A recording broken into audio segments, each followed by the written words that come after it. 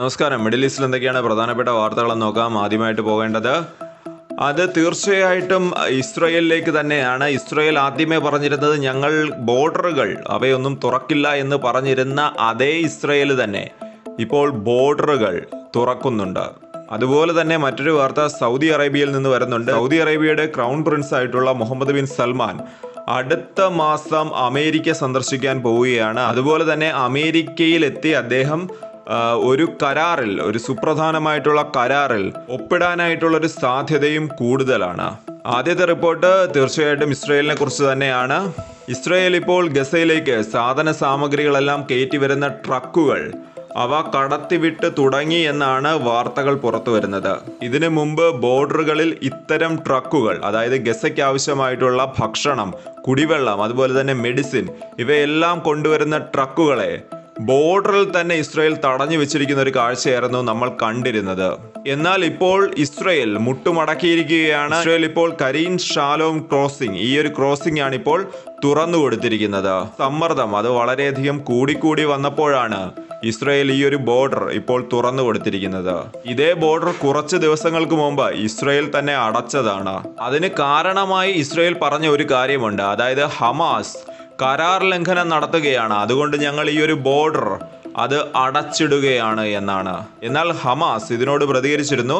ഇസ്രയേലാണ് ആദ്യ ആക്രമണം നടത്തിയത്, ആ ഒരു ആക്രമണം ലോകം കണ്ടതുമാണ് എന്നാണ് ഹമാസ് ഇവിടെ പറയുന്നത്. ഇസ്രയേലിന്റെ ബോർഡറുകൾ അത് തുറക്കുന്നതിനായിട്ട് സമ്മർദ്ദം ചെലുത്തിയത് അത് ഈജിപ്ത്, അതായത് ഇസ്രയേലിനോട് ഏറ്റവും അടുത്ത് കിടക്കുന്ന രാജ്യമായിട്ടുള്ള ഈജിപ്താണ് ഇസ്രയേലിന് മേൽ സമ്മർദ്ദം കൂടുതലായി ചെലുത്തിയത്.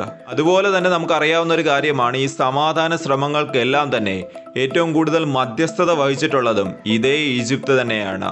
ഈജിപ്തിന്റെ തലസ്ഥാനമായിട്ടുള്ള കെയ്റോയിൽ, ഈ കെയ്റോയിൽ വെച്ചാണ് ഏറ്റവും കൂടുതൽ തവണ ഇവർ നേരിട്ടെത്തി മധ്യസ്ഥ ചർച്ചകൾ നടത്തിയത്. അതിനാൽ തന്നെ ഈജിപ്തിന്റെ ശക്തമായിട്ടുള്ള ഒരു സമ്മർദ്ദം തന്നെയാണ് ഇപ്പോൾ ഇസ്രയേൽ അടച്ച അതേ ബോർഡറുകൾ തന്നെ ഇസ്രയേൽ തന്നെ തുറക്കാനായിട്ടുള്ള കാരണമായി മാറിയത്. ഈ ഒരു വാർത്ത സംബന്ധിക്കുന്ന ഒരു സ്ക്രീൻഷോട്ടും ഞാനിവിടെ കൊടുത്തിട്ടുണ്ട്. ഇസ്രയേലിന്റെ ഇത്തരം നടപടികളോട് അമേരിക്കയും അതുപോലെ തന്നെ UN-ഉം യുണൈറ്റഡ് നേഷൻസും വിമർശിച്ചുകൊണ്ട് ഇപ്പോൾ രംഗത്ത് വന്നിട്ടുണ്ട്. സീസ് ഫയർ അത് ഇസ്രയേൽ മാനിച്ചേ പറ്റൂ, അത് ഇസ്രയേൽ അനുസരിച്ചേ പറ്റൂ, അതിൽ നിന്ന് മാറാൻ കഴിയില്ല എന്നാണ് അമേരിക്ക പറയുന്നത്. അമേരിക്ക ഇപ്പോൾ ഇങ്ങനെ പറയുന്നുണ്ട് എങ്കിൽ കൂടിയും പലപ്പോഴും ഇസ്രയേലിന്റെ നടപടികൾക്ക് കുടപിടിക്കുന്ന ഒരു സമീപനമാണ് അമേരിക്കയുടെ ഭാഗത്തു നിന്നുണ്ടാകുന്നത് എന്നൊരു വിമർശനം അമേരിക്ക എല്ലാ കാലത്തും കേൾക്കുന്ന ഒരു കാര്യമാണ്. എന്നിരുന്നാലും ഗസയെ സംബന്ധിച്ച് നമ്മൾ നോക്കുകയാണ് എന്നുണ്ടെങ്കിൽ ഗസയിലേക്ക് സഹായങ്ങൾ ഇപ്പോൾ എത്തിക്കൊണ്ടിരിക്കുകയാണ്. അതായത് ട്രക്കുകൾ ഗസയിലേക്ക് എത്തിയിരിക്കുകയാണ്. അതായത് ഗസയ്ക്ക് ആവശ്യമായിട്ടുള്ള സഹായങ്ങൾ ഇനിയെങ്കിലും കിട്ടിത്തുടങ്ങുമെന്നാണ് നമുക്ക് അവിടെ നിന്ന് അറിയാൻ കഴിയുന്നത്. ഇത് സംബന്ധിച്ച് ഇപ്പോൾ റിപ്പോർട്ട് പ്രസിദ്ധീകരിച്ചിരിക്കുന്നത് അൽ ജസീറയാണ്. മറ്റൊരു വാർത്ത, സൗദി അറേബ്യയുടെ ക്രൗൺ പ്രിൻസ് ആയിട്ടുള്ള മുഹമ്മദ് ബിൻ സൽമാൻ അടുത്ത മാസം വൈറ്റ് ഹൗസിൽ എത്തുമെന്നാണ് ഇപ്പോൾ റിപ്പോർട്ടുകൾ പറയുന്നത്. ഇതിന്റെ ഏറ്റവും പ്രധാനപ്പെട്ട ലക്ഷ്യമെന്ന് പറയുന്നത് ഒരു പ്രതിരോധ കരാർ അതിൽ ഒപ്പിടുക എന്നുള്ളത് തന്നെയാണ്.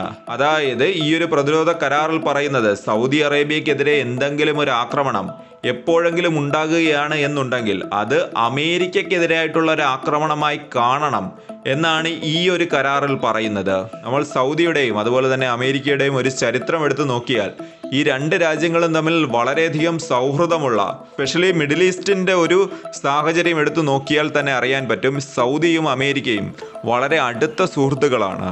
എന്നാൽ കഴിഞ്ഞ കുറച്ച് വർഷങ്ങളായിട്ട് ആ ബന്ധത്തിൽ ചെറിയ രീതിയിലെങ്കിലും ഒരു വിള്ളൽ സംഭവിച്ചിരുന്നു. എന്നാൽ ഇപ്പോൾ ഡൊണാൾഡ് ട്രംപിന്റെ നേതൃത്വത്തിലുള്ള അമേരിക്ക സൗദിയുമായിട്ടുള്ള ആ ഒരു ബന്ധം അത് ശക്തമാക്കാനായിട്ടുള്ള ഒരു ശ്രമത്തിലാണ്. സ്പെഷ്യലി അമേരിക്കയുടെ ലക്ഷ്യമെന്ന് പറയുന്നത് മിഡിൽ ഈസ്റ്റ് രാജ്യങ്ങൾ, അതായത് അമേരിക്കയുമായിട്ട് സൗഹൃദമുള്ള മിഡിൽ ഈസ്റ്റ് രാജ്യങ്ങളുടെ അവരുടെ വിശ്വാസം അത് വീണ്ടെടുക്കുക എന്നുള്ള ഒരു ശ്രമത്തിലാണ് അമേരിക്ക ഇപ്പോഴുള്ളത്. സ്പെഷ്യലി നമ്മൾ നോക്കുകയാണ് എന്നുണ്ടെങ്കിൽ ഇസ്രയേലിന്റെ ഖത്തർ ആക്രമണം, ആ ഒരു ആക്രമണത്തോടു കൂടി പല രാജ്യങ്ങൾക്കും ഒരു ആശങ്കയുണ്ടായി. അതായത് ഇസ്രയേലിന്റെ ഈ ഒരു ആക്രമണം അത് അമേരിക്ക അറിയാതെ എങ്ങനെ നടക്കുമെന്നുള്ള ഒരു ആശങ്ക പല രാജ്യങ്ങൾക്കുമുണ്ടായി. അത്തരമൊരു സാഹചര്യം, അതായത് മിഡിൽ ഈസ്റ്റിലെ അമേരിക്കയുമായി സൗഹൃദമുള്ള രാജ്യങ്ങൾക്ക് നഷ്ടപ്പെട്ടിട്ടുള്ള ആ ഒരു വിശ്വാസം അത് നേടിയെടുക്കാനാണ് അമേരിക്ക ശ്രമിക്കുന്നത് എന്നാണ് റിപ്പോർട്ടുകൾ പറയുന്നത്.